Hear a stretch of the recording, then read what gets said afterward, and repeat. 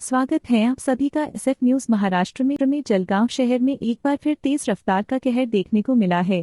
खालिंका माता चौक पर एक डंपर ने 57 वर्षीय प्रभाकर रघुनाथ पाटिल को कुचल दिया, जिससे उनकी मौके पर ही मौत हो गई। मृतक की पहचान प्रभाकर रघुनाथ पाटिल उम्र 57 वर्ष के रूप में हुई है। वे बाजार से सब्जी लेकर घर लौट रहे थे, तभी यह हादसा हुआ। घटना के बाद गुस्साए लोगों ने डंपर में तोड़फोड़ की।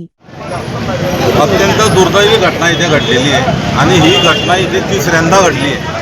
जवळजवळ ह्या एरियातून जवळजवळ आमच्या वार्ड आहेत जनगर आणि इकडचा 3 नंबर वार्ड, तर जवळजवळ इकडे 30-35 कॉलनी आहे, इकडे 20-25 कॉलनी आहे। याला जोडून हा इथे हायवे येतो आणि मागच्या वेळेला इथे ज्या वेळेला हायवेचं काम चालू होतं त्यावेळेला इथे अंतर ठेवलेलं नव्हतं मध्ये लोकांना येण्या जाण्यासाठी, आणि तिथे हे पण लावलेले नव्हतं आपले सिग्नलही लावलेले नव्हते। तर त्यावेळेला आम्ही इथे आंदोलन केलं होतं, प्रशासनाला धारेवर धरलं होतं। मी स्वतः कलेक्टर साहेबांशी इथे या विषयावर बोललो होतो, कारण जाणारा येणारा उलटा जात येत होता। परंतु आम्ही या दोघांनी आंदोलन केलं त्यावेळेला ही जागा इथे मोकळी करण्यात आली आणि इथे राजू मामा पुढे यांच्या निधीमधून माध्यमातून इथे सिग्नल बसवण्यात आले।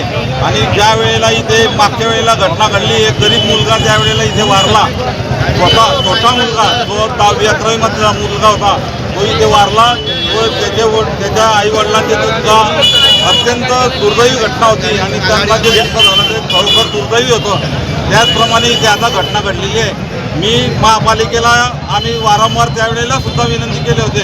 आम्ही आता जरी नगरसेवक होते तरी मी अजून आमची महासभा झालेली नाही, परंतु मी अतिक्रमण विभागाला धारेवर जाणार आहे आम्ही की इथे जे अतिक्रमण धारक आहे ती सर्व अतिक्रमण इथून निघालं पाहिजे।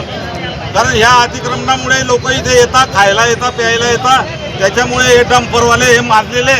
या डंपरवाल्यांना या लोकांना न्याय मिळण्यासाठी डंपरवाल्यांच्या सर्व चौकशा झाल्या पाहिजे, यांचे लायसन हे सर्व चेक झाले पाहिजे।